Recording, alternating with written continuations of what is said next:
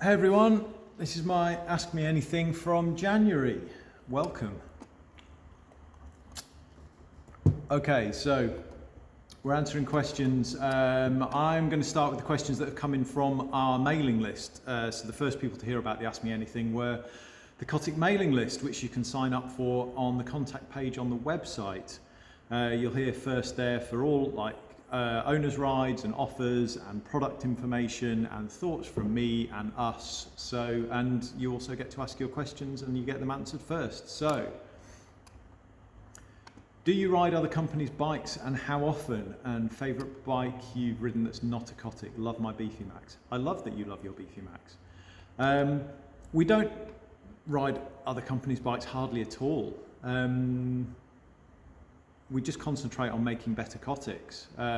If anyone comes up with something that is really different or interesting, I do try and have a go on it if we can't build a Cotic version to have a go on. So for instance, the thing that took me down long shot geometry, a long time before most of the rest of the industry, was having a quick go on Chris Porter's Geometron about 10 years ago, 12 years ago. And that really opened my eyes and changed my mind about things. So yeah, that was one thing. We rode a few e-bikes while we were developing the Rocket, just to get a frame of reference on other motor types and how they compared, and different geometry and different ideas. And yeah, so that was one thing, but it was only 2 or 3.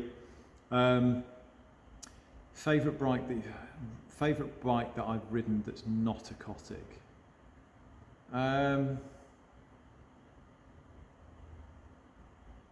Favourite bike I've ridden that's not a Cotic is probably the tandem that I own with my wife.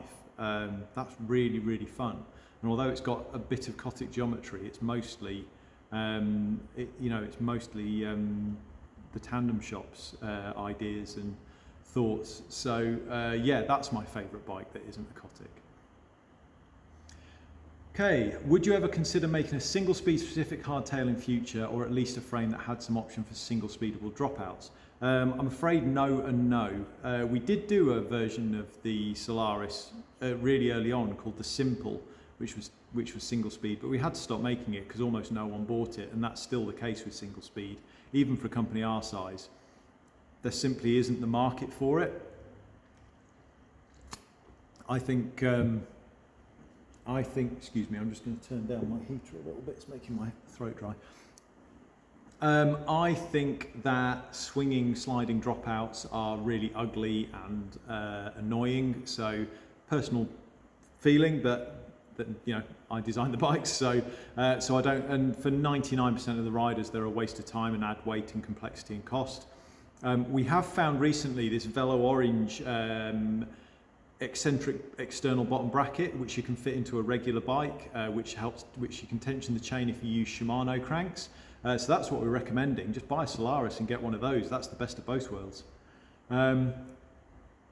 So this is going to be first of a few questions about the new Escapade. So we've got a holding page for the UK 853 Escapade on the website, saying there's going to be some updates. Sign up to the newsletter to hear first about them.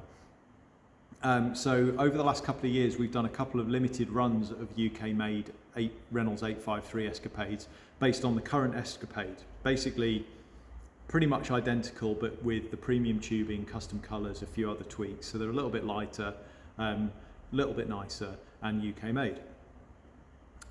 This is not that.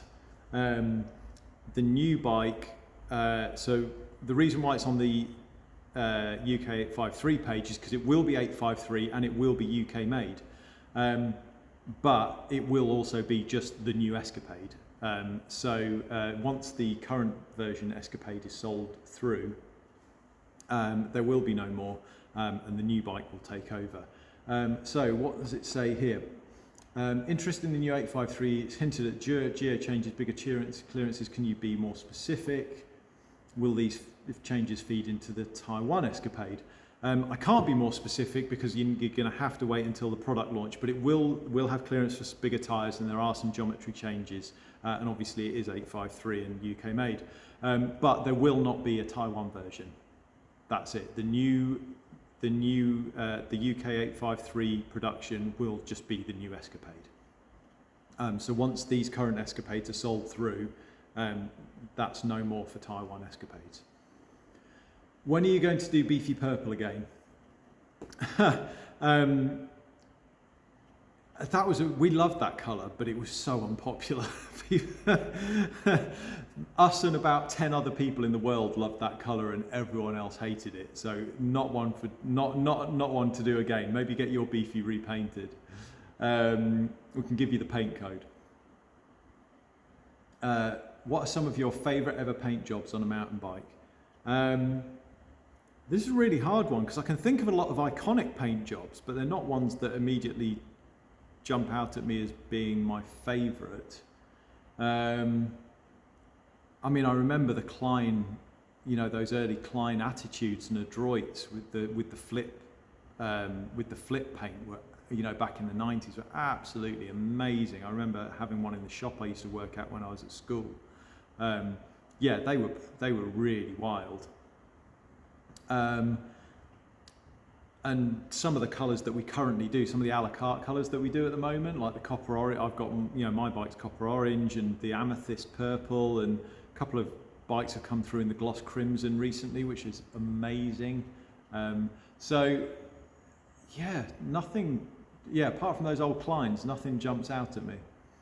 Any 32-inch bikes in mind? Nothing specific. We have done some desktop exercises. I've done some CAD work and come to the conclusion that without a lot more work and thought and more than I have bandwidth for at the moment, 32-inch gravel bike isn't going to work because you just get toe overlap. Like, if you're under 6'1", you're going to get toe overlap. So without working out something really radical with geometry, which will take a lot of time and effort and work, I can't see it being a gravel bike.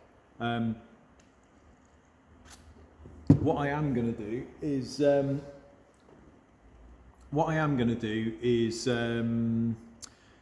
going to build a rigid mountain bike using our alpaca fork off the Cascade, because that does fit a 32-inch fork, a 32-inch wheel, and it just avoids all of the mucking around with how tall the front end needs to be. And I'm 6'3", so I'll build it for me. And we'll just build a rigid mountain bike just for me to ride around on and see what it's about and try and understand it. But certainly there are no firm plans to build anything for production. And certainly there's no plans for like a Solaris 32 or anything like that. Nothing like that at all. So yeah, we will build a prototype. I will talk more when I can speak from a position of experience and knowledge. I know steel isn't about low weight, but you mentioned in your marketing material for the new frame, what's the actual difference in frame weight between the Solaris Max and your new Solaris? Would it be noticeable? Probably not noticeable. The new Solaris is the Solaris Max, even though people make more of a fuss about the difference between Solaris Max and Solaris than there actually was. Solaris Max was always just the Solaris to us. We only added the Max when we had two different wheel sizes on some of our other products that had the same name. So like we had Rocket and Rocket Max, and the Max was the 29-inch ones. So for us, it's just the new Solaris is just the new generation of that model line. There's not as big a difference as people think. The new bike is a bit more XC, and it's designed for shorter forks, so we could make it a bit lighter. So it has a lighter head tube and a lighter down tube and a couple of other things which make it a little bit lighter, but it's only a couple of 100 grams. The biggest win is the ride feel. It's a little bit less stiff and a little bit more supple, which makes it feel a bit nicer, I think. Right. So this is another question about UK Escapade, but there's a couple of...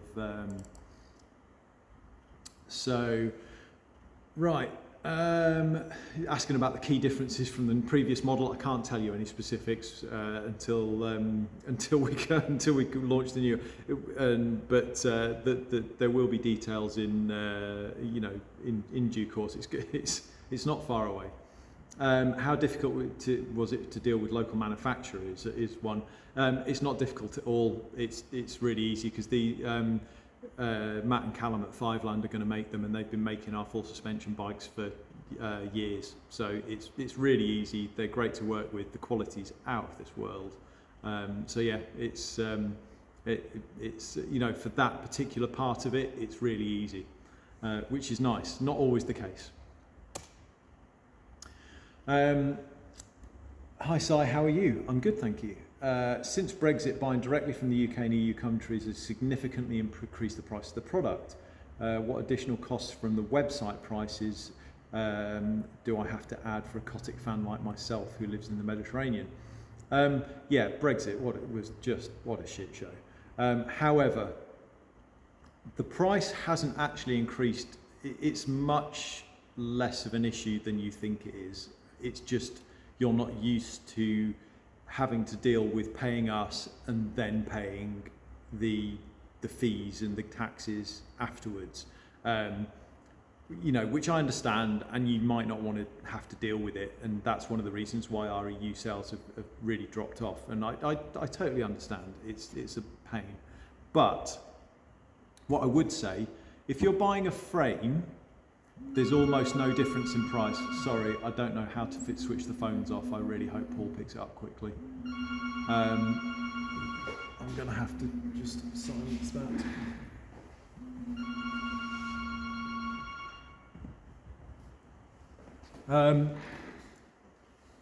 I'm also, while I'm up, I'm just going to check this is still recording because I've already had a snafu on that. Right. Yeah, we're still going. Good. 12 minutes in, still going. All right. So yeah, EU sales. If you're buying a frame, and it is one of our EU or UK made frames, there is zero import duty because we do actually get preferential rate on that. So when you buy from Cotic, we deduct the UK VAT, so it's 20% cheaper than if you were buying in the UK. And we add the shipping, which you'd have paid anyway. And then when it arrives, you have to pay the sales tax in your country, so the VAT, and you have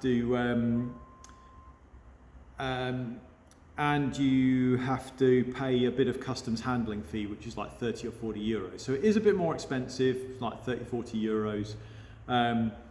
But it's not actually all that different in price. It's just you're paying two different people.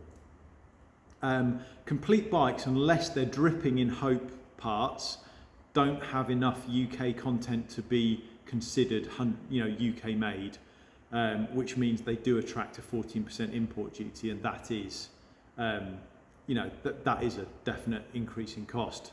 But if you're not sure, or if you're in any way keen to buy a Cotic but want to understand the prices, just drop us a line and we'll work it all out for you, and we'll be able to give you a pretty solid idea of how much you will ultimately end up paying. So yeah, just talk to us. Hi Si, when will it stop raining? Oh God, tell me about it. This January. Oh my God. Soon, I hope. Although it snowed today, so that was different.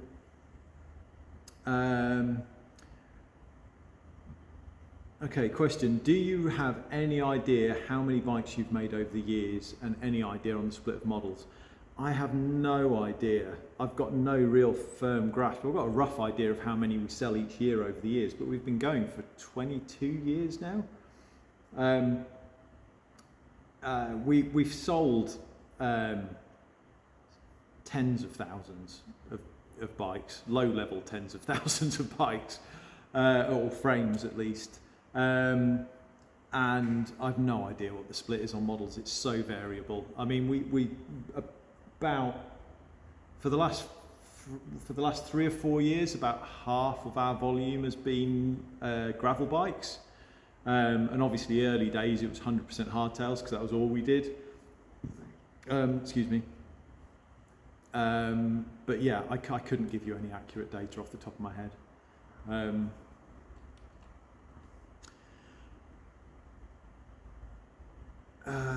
What do you think of short travel forks for gravel? Would you add to your bikes? we've had a play with. I mean, you can put 100mm suspension forks on the Cascade, so there already is a gravel bike for that we do that you can put proper suspension on, and the 40mm forks that are around are. I mean, I suppose that's one thing I can tell you about the new Escapade. Is one of the reasons why the geometry is revised is that it will be able to take 40mm suspension forks. The current bike can't. So yeah, we have ridden some. I think it really depends. I mean, they make a lot of sense for actual gravel, like the hundreds of miles that you get of it in the USA.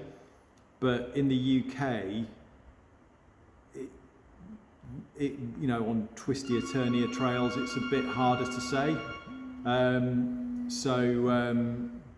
I'm really sorry. I don't know what to do about this phone. I'm just going to have to.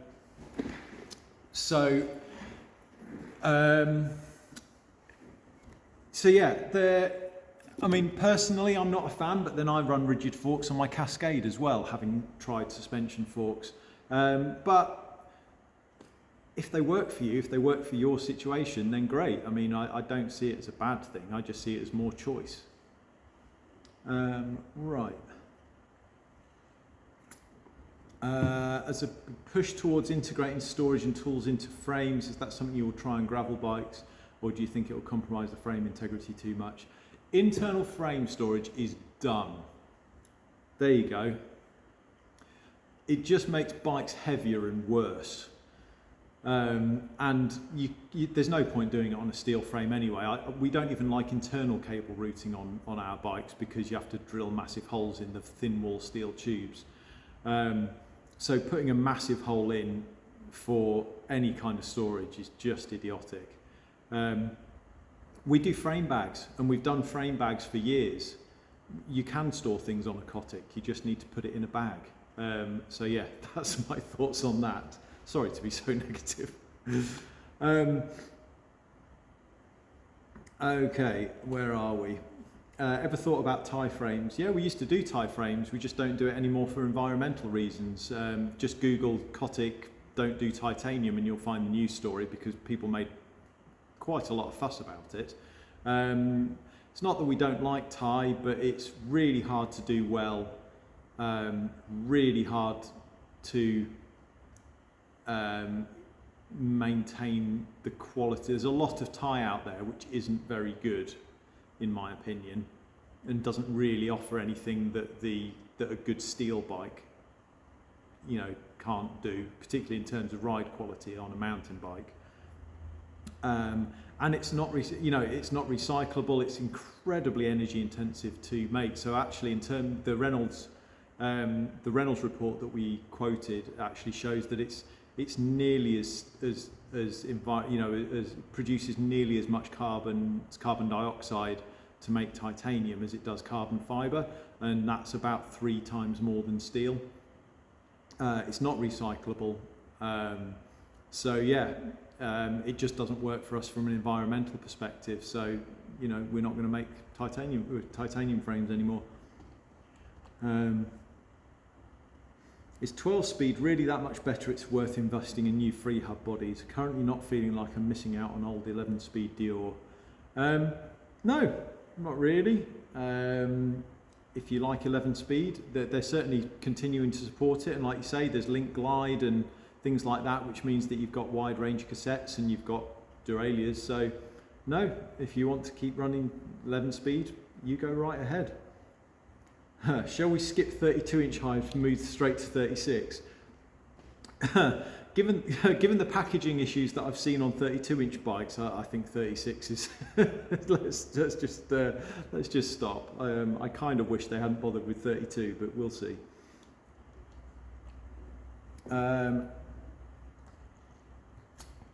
Which Cotic would you choose, and how would you spec it for the Tour Divide? Wow, Tour Divide is the race from the Canadian border to the Mexican border, right down the spine of the USA. One of my friends, Jen, did it a long time ago. and it sounded like the hardest thing she ever did, and she was hard as nails. So yeah, big do. I think I would probably ride a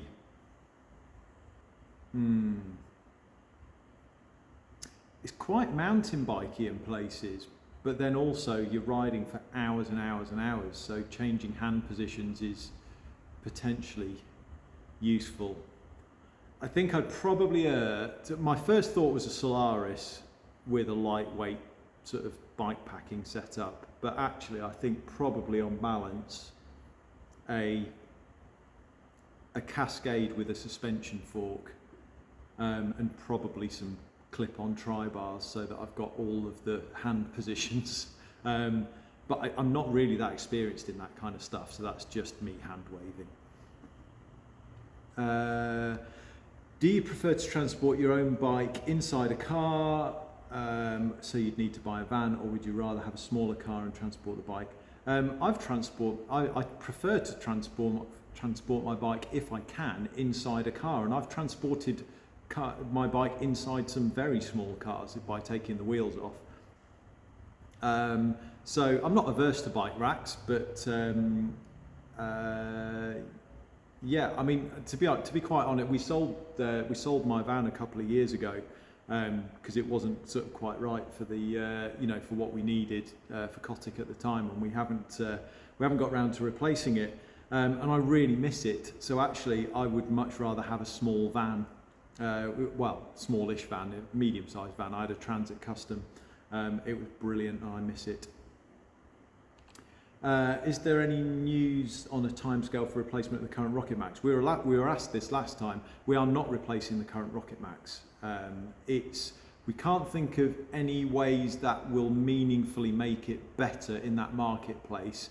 And those kind of riders tend to ride e-bikes, so we actually spent the development budget on developing the Rocket, so there will not be a new Rocket Max. The current bike is absolutely amazing for what it does, and like I say, more riders in that kind of category ride an e-bike now, so we did an e-bike instead. Can you tell us your opinion on corrosion prevention for steel? What is required to keep the bike running for many, many seasons? Sometimes after washing my jets and brown water drains out of the chainstay. Is there any actions I have to take? Hi Alex, we have our frames ED coated, which is dipped in the phosphate corrosion protection, and then some other surface conversions done before they're painted. So although there is a little bit of, if you do get a little bit of water in there, it will sort of stain a little bit. It's nothing to be worried about. But the best thing to do for really long-term use is occasionally pull the seat post out and let it properly dry inside the frame.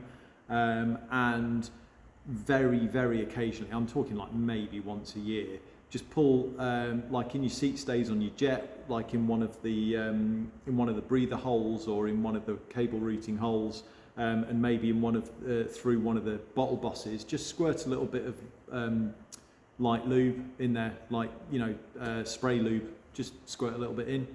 But generally, they're corrosion protected anyway, so they'll last a long time. Okay. Opinion on gearboxes, and will we ever see one in a Cotic frame? My opinion on gearboxes is that they're still not good enough. They're still more money than people want to spend on gears, notwithstanding that we now have really expensive electric derailleurs, so we won't see one on a Cotic anytime soon. The only possible exception to that would be if the intra-drive gearbox ever gets to a point where we might be able to make it work. But even though it's a Shimano bolt pattern for the motor, they use a really small pinion, so a really small chain ring, so the suspension goes all out the window compared to Shimano, so it's not the work of a minute. But that's the only possibility, not on a pedal bike. And again, okay. I'm really sorry about this. We've got this new phone system. I have no idea how to turn it off without letting it ring first. Paul's picking it up at the other end. It just rings here. What's the optimal amount of anodized bling on a Cotic? What's the paint bling colour combination that shouldn't work but somehow does? I'm a big fan of the hope parts. I for personally, totally personal, don't take this to heart. I personally find the full colour cranks, hope cranks, if it's with all of the other hope stuff, a little bit much. I prefer my cranks silver if they're going to be any colour at all. But you know, headset, seat clamp, brakes, you know, BB hubs, all of that kind of stuff. I think that looks really, really nice. I currently have all silver stuff on my orange Rocket. I have had all orange stuff on a metal coloured Rocket Max in the past. So yeah, I like it. What paint bling colour combination shouldn't work but somehow does? Hope do a red colour, which hardly works on any of our bikes ever. It's just really odd, it just doesn't. But someone put lots of red Hope bits on a green Escapade and it did kind of work. So that's probably the closest I'd get to that. Next one, thanks for doing these AMAs, no problem, appreciate it. Is there a specific reason why the swing arms on your full sus bikes are alloy, not steel? Also, what's your favourite fork for a hardcore hardtail or a trail enduro full sus? The reason why they're alloy is because with all of the machine parts and bearing housings and all of that kind of stuff, it's just easier to make a decent weight, repeatable, straight swing arm in aluminium than it is in steel. We can do it in steel and it is a little bit heavier, but mainly it's really fiddly to manufacture, so lots of welding and potential for things to move around. So just for repeatability and quality, it's just better for us to make them in aluminium. And our friends in Taiwan who make them are much more versed in that. So that's where that started and we've just carried it on through really.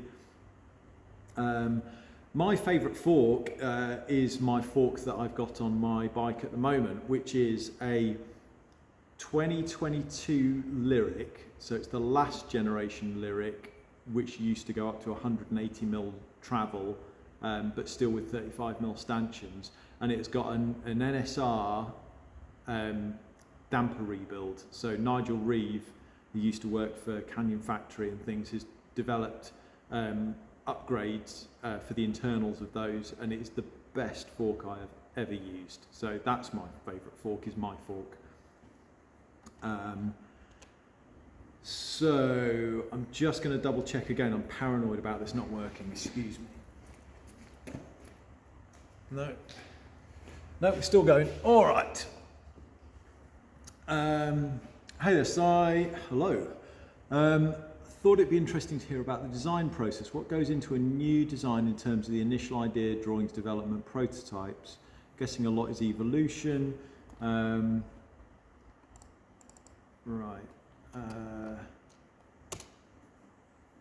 Thanks, Dave. Right. Depends is the answer to that. Yes, a lot of it is evolution. If we come up with new ideas or new things, the first thing we try and do is build a mule. So we'll play around with ideas and in the CAD to get something and if it's going kind of the right direction, what we will do is we will see whether we can hack about an existing bike in terms of replacing wheels, fork, angle adjust headsets, something like that, where we can get something vaguely representative to just do a few rides on, just to see if we're going in the right direction. Then after that, if it does feel good, we'll refine the design. We'll take what we've learnt from there. We'll refine the CAD a little bit, and then because we have our friends at Fiveland and a couple of other people who help us out in the UK, who can do prototyping and one-offs really quickly and for not huge amounts of investment. We will go to prototype quite early, because ultimately the thing about bikes is you can't tell unless you've ridden it.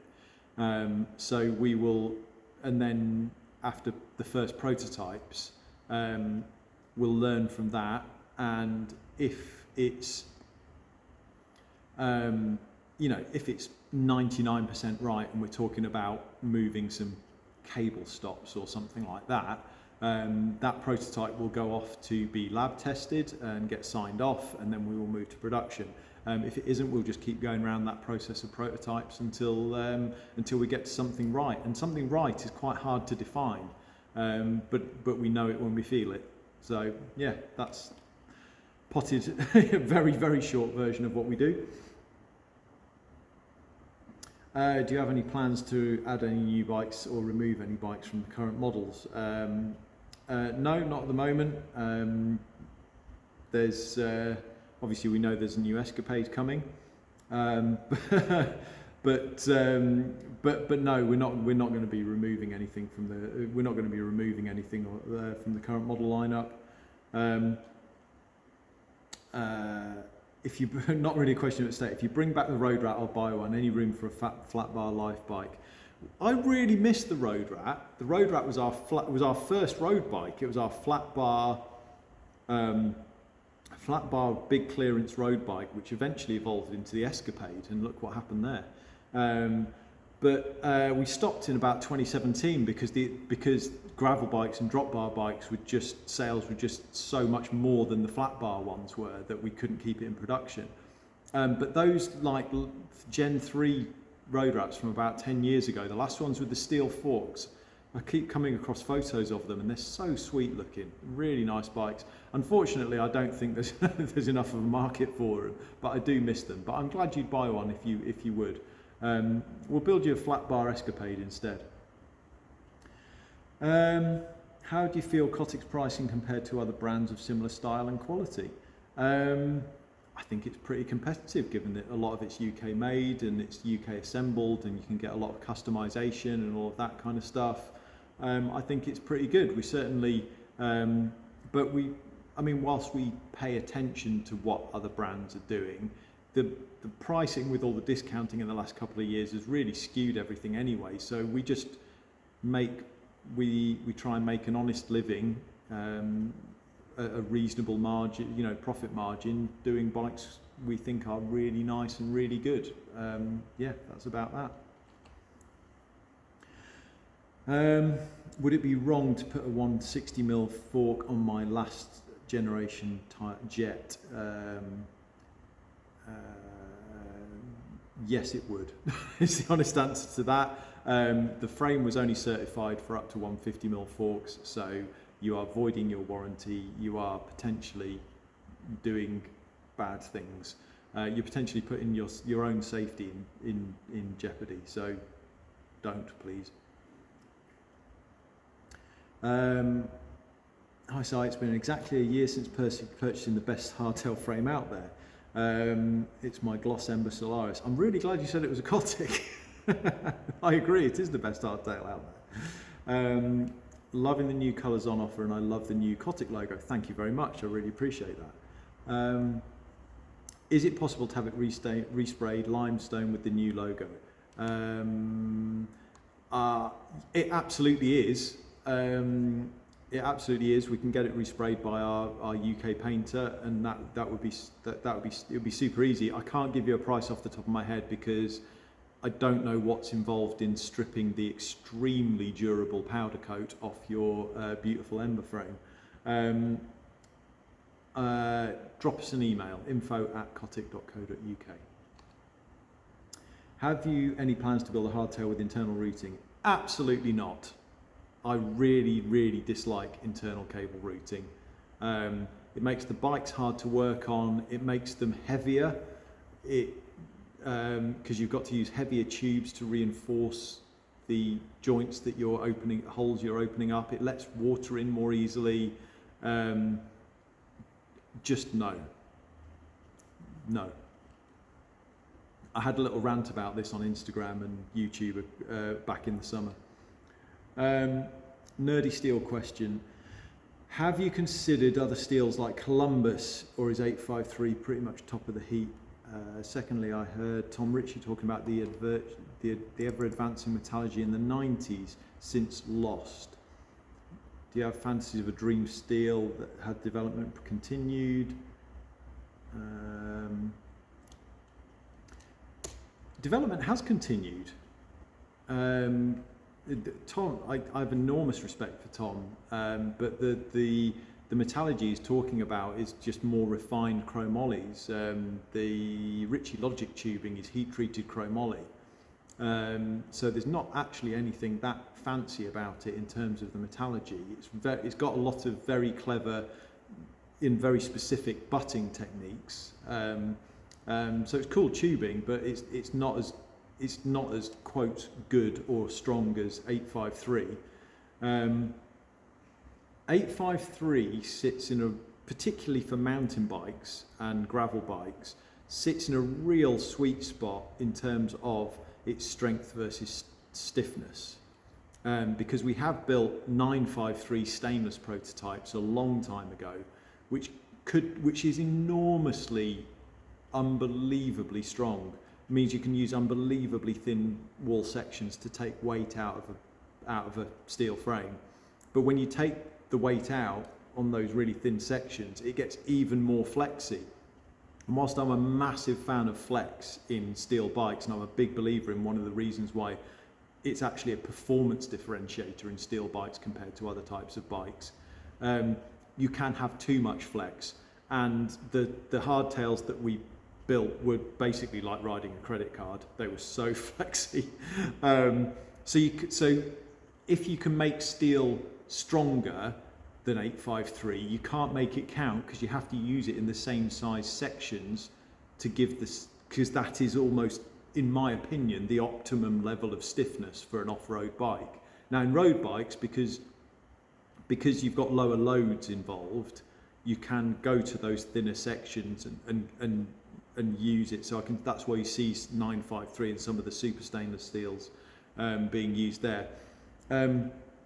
So yeah, 853 is a real sweet spot, and it's not to say it couldn't be improved. I'd love to see some more aggressive butting profiles and things like that from Reynolds, but but there's only so much we can do as a small brand. We have some custom tubes, but there are other things that we can't do. Columbus is amazing stuff, but unfortunately they tend to make very thin wall stuff, which is more for gravel and road, so it's not that appropriate for mountain bikes, or certainly harder riding mountain bikes. And most of their stuff is just chromoly, so it's not as strong as 853. But we have started using their chainstays in the Cascades, and that will roll into the new UK-made Escapades as well. They make beautiful chainstays, so we're going to keep using those. So no, I'm not averse to using other people's really nice steel, but Reynolds 853 is a real sweet spot in the Venn diagram of things I like about bikes.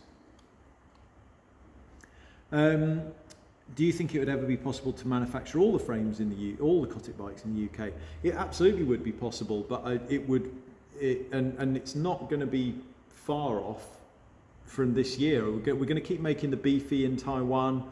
But everything else will be EU or UK made. I think if we made everything in the UK, it would just push the prices up on some of the products a little bit too much for what the market want to pay for those kind of bikes. Not saying they wouldn't be worth the money, but obviously there is a slightly competitive pricing element to it. But yeah, it would be doable, but I don't think it would be right for the business. We need a bit of diversity of supply as well. If COVID taught us anything, we needed some diversity of supply. What do you consider when you set the bottom bracket drop of a frame? Is it just crank clearance, or is it other things like manoeuvrability? Over time, the BB as the Solaris has dropped. Why? Now short cranks are available, smaller riders could drop BB drops be bigger on smaller frames. Mostly it's crank clearance, but it is to do with the handling as well, because the lower you can, up to a point, and this is all very much a system thing, up to a point, dropping the BB makes the bike feel more planted, which generally makes the bike feel better.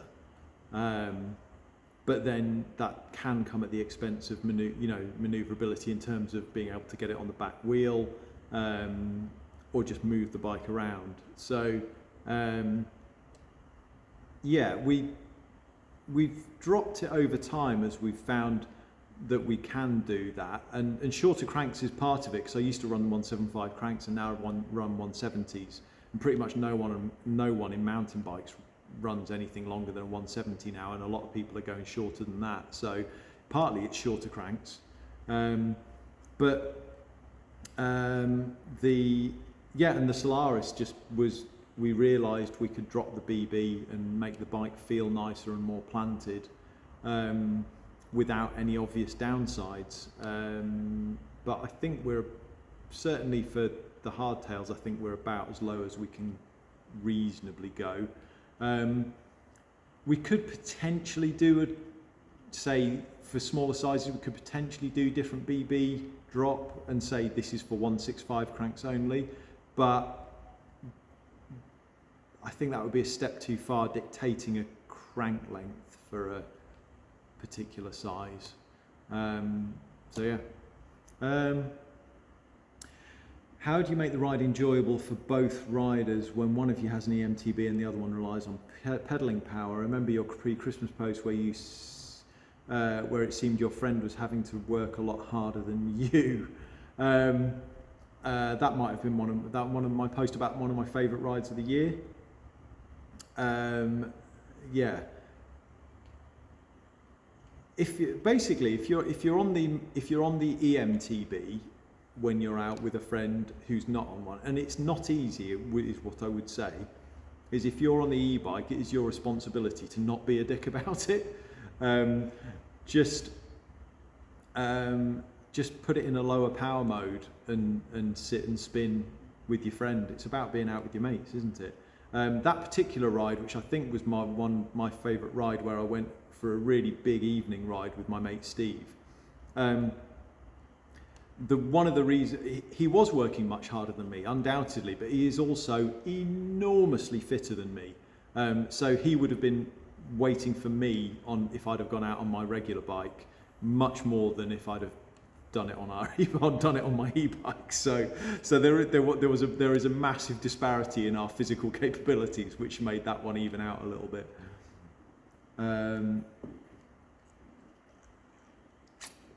Any interest in developing a short travel full suspension bike, 100 or 120 mil both ends, with 29er with modern Cotic geometry? We already do. It's called the Flare Max. Downcountry build, 120 forks, 125 mil rear. Yeah, it's amazing. Yeah, we already do. Any interest in developing a full suspension bike with a 4-bar rear linkage?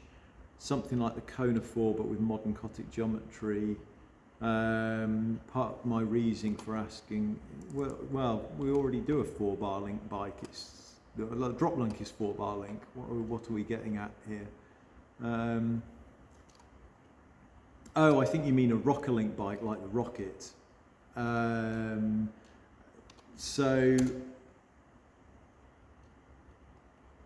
any interest in? It's something we might be looking at, but there's nothing firm. Do you regularly ride an e-bike? If so, how much? I do regularly ride an e-bike. I love my Rocket. I'm a big fan. How much do you ride it compared to an analog bike? Depends. At the moment, I'm probably riding my analog bike more than my e-bike, although my e-bike is really helping me on really horrible days, because I can put a lot of put a lot of clothes on to keep the weather off. He's asking whether it's 50-50.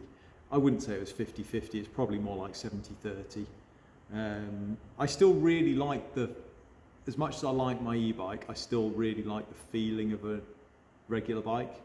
And quite a lot of my mates who I ride with regularly either still prefer that feeling as well, even if they've got an e-bike or they don't have an e-bike. So no, I do ride my regular bike more than my e-bike.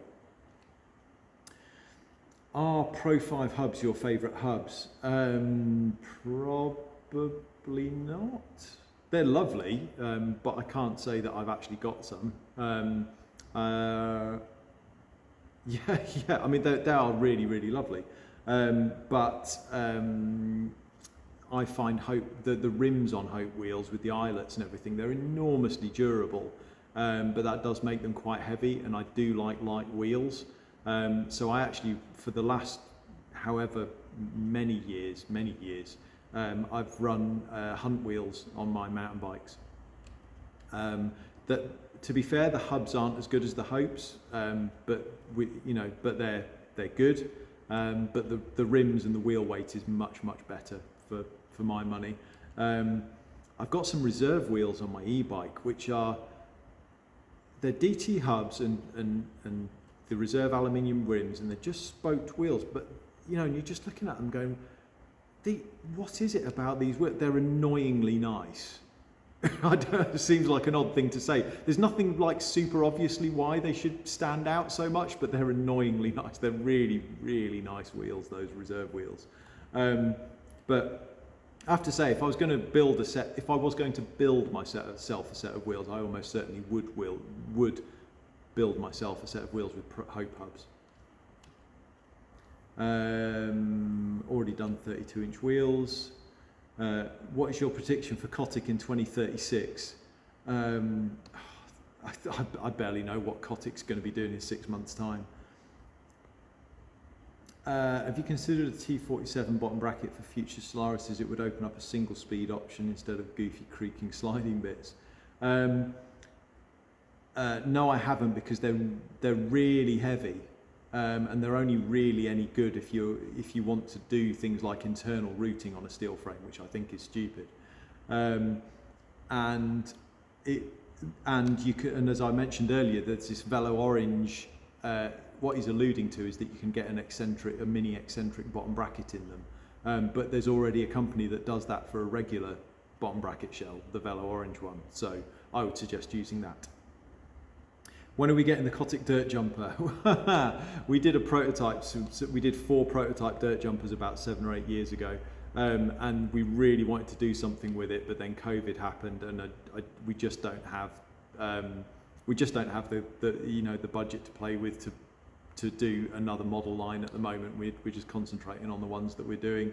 It's a cool bike though. Do you think gearbox bikes will become mainstream? No. Will the new Escapade come with a steel fork option? That is something I can say, is that yes, it will. We have developed our own unique steel fork for the bike.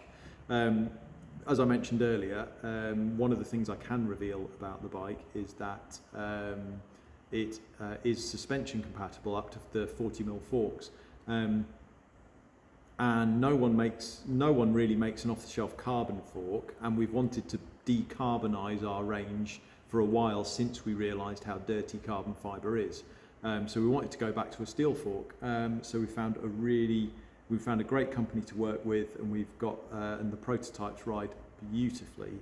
So yes, the new bike will have a steel fork. Do you prefer the beefy mullet or 29er? I prefer it 29er, because for me, hardtails, I'm tall, so I can still throw it around, and I prefer the rollover of the bigger wheels. But I can see why you would prefer it mullet. It's a preference thing. That's why we offer the choice.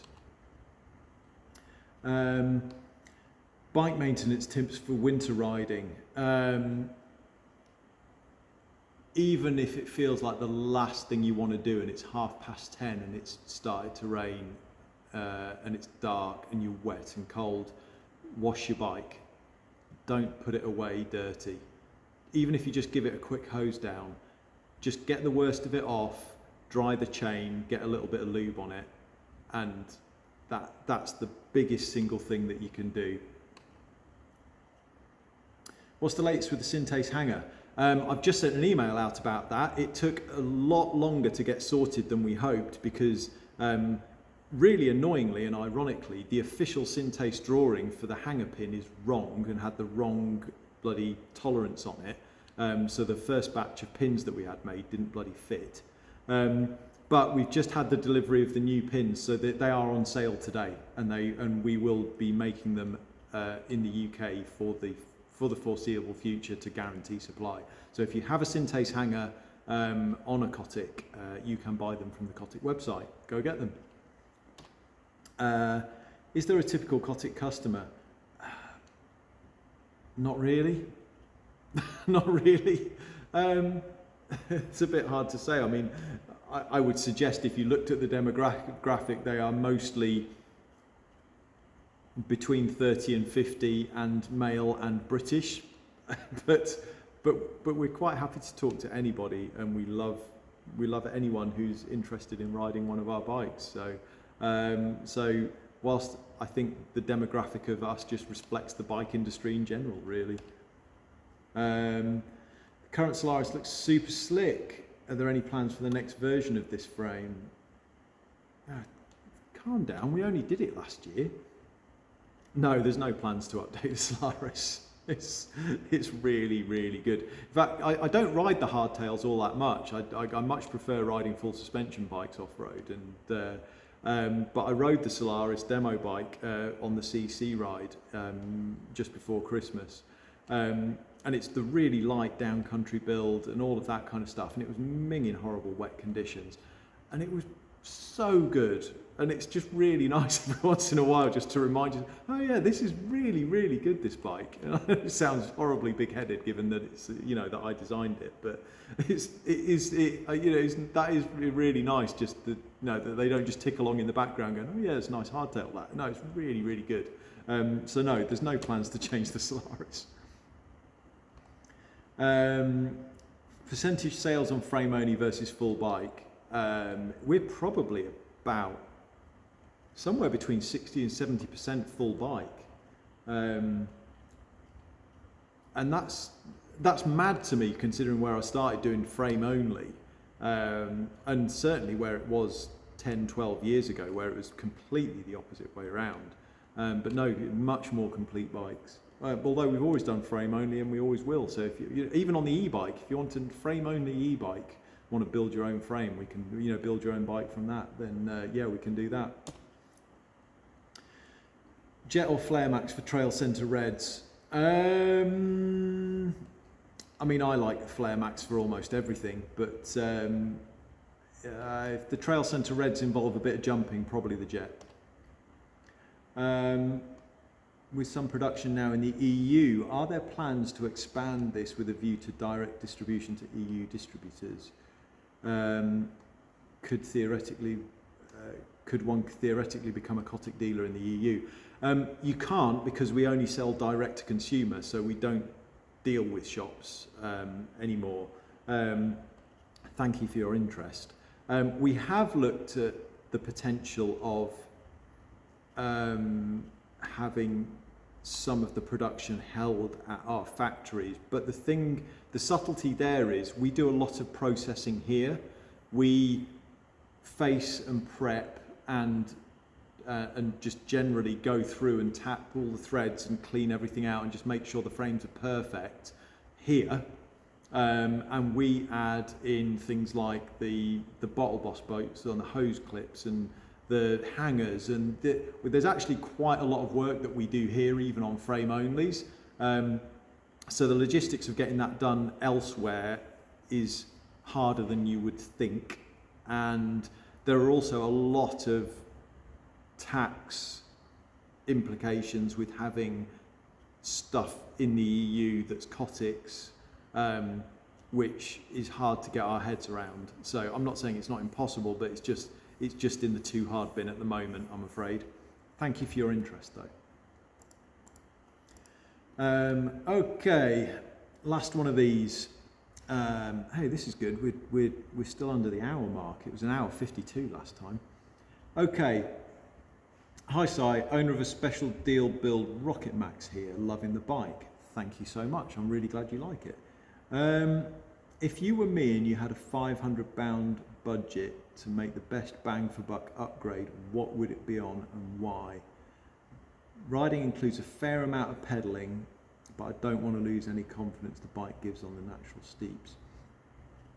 For 500 quid, so your bike being a special deal build will have come with almost certainly the Shimano MT620 wheels, which are a solid mid-range wheel, but they are quite heavy. So my recommendation to you, falling back to that question from earlier, would be I would go and get yourself some Hunt trail wide wheels. They will be almost certainly less than 500 quid, and they will knock about half a kilo off the rolling weight of your bike, and they will make a massive difference to how your bike feels, particularly when you're pedaling. Yeah, I think they're under £500. If you've got anything left over, spend it on getting your suspension serviced. A well-serviced mid-range fork is better than a top-of-the-range fork that hasn't been looked after.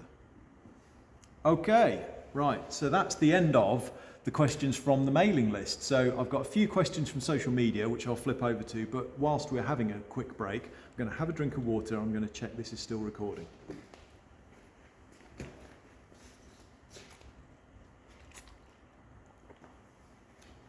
Okay, yeah, we're still going.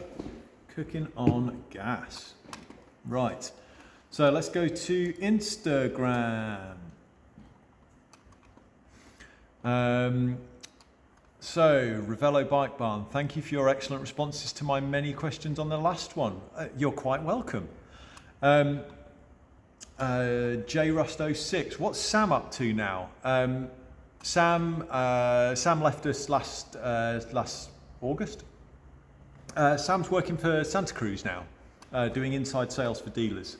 So I'm really glad he landed on his feet, and I'm really glad that so the boss of Santa Cruz UK, Dickon, is one of my favourite people in the industry, so he's going to be working for someone who's a proper GC. So yeah, Sam's all good.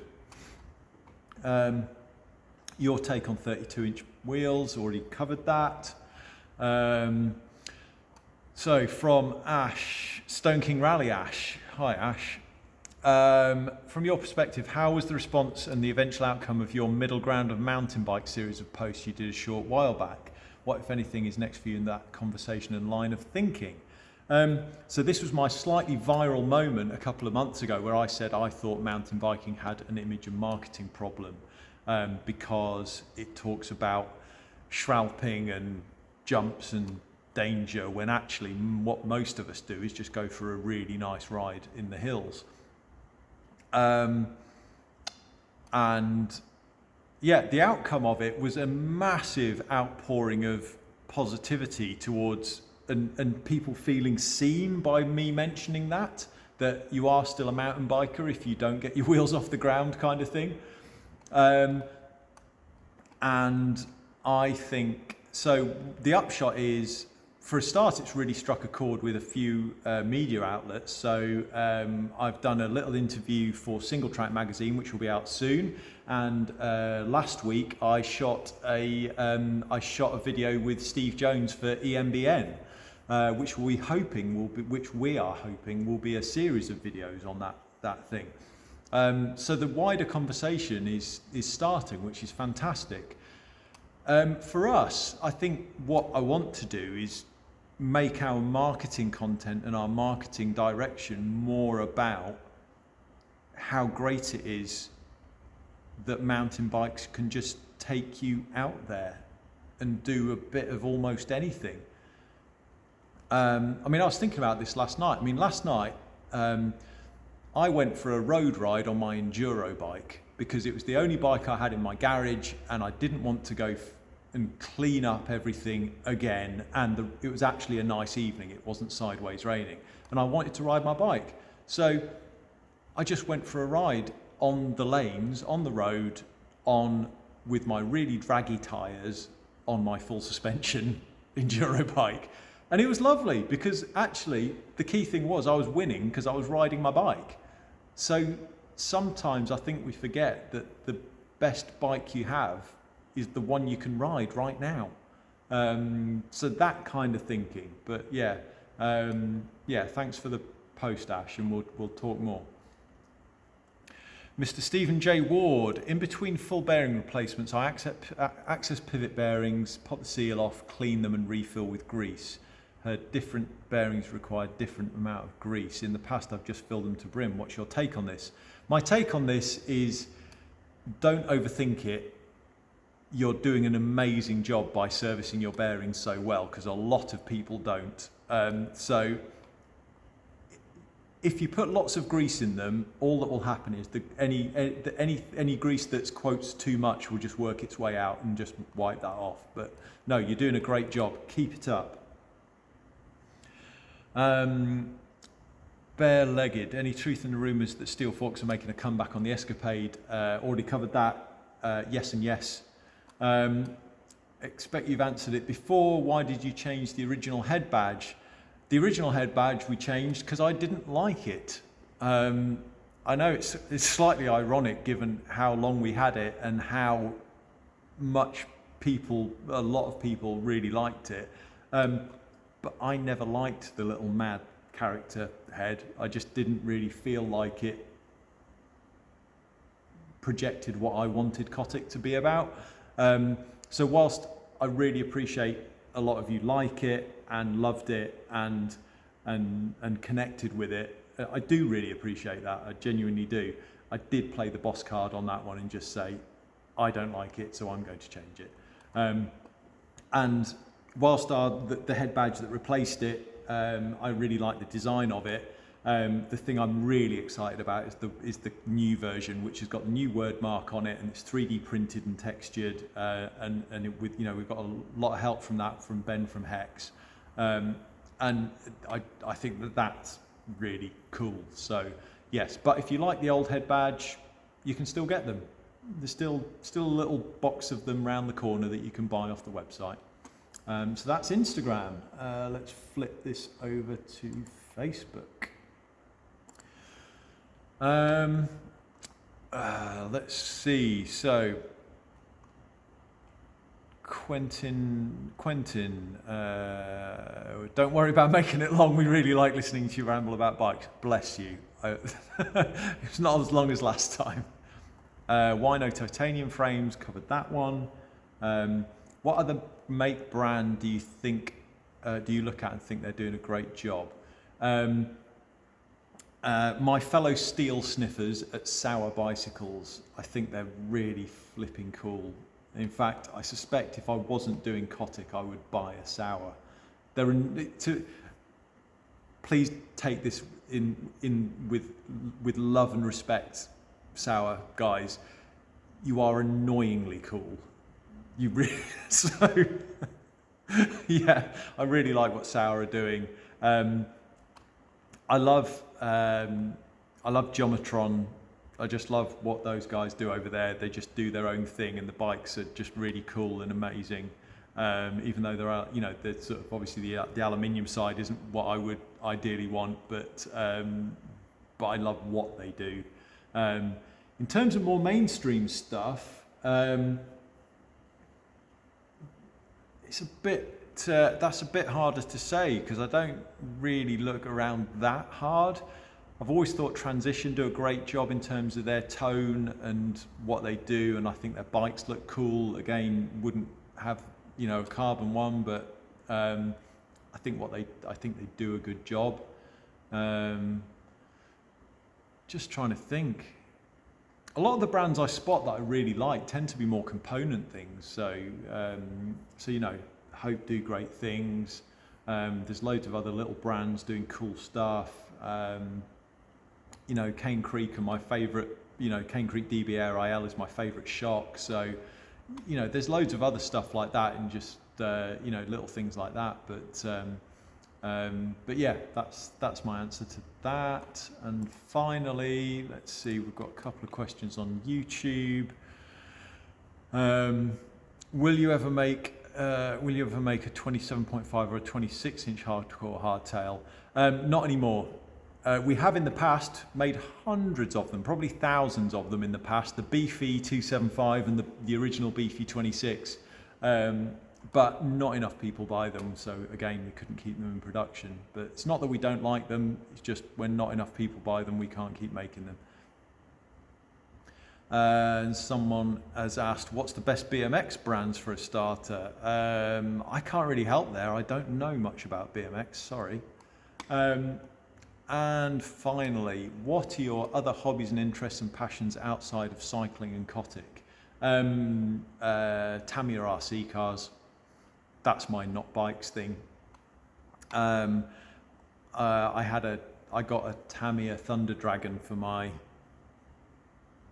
12th birthday, and even though it's a full triggers broom and probably only has three original parts still left in it, I still have it.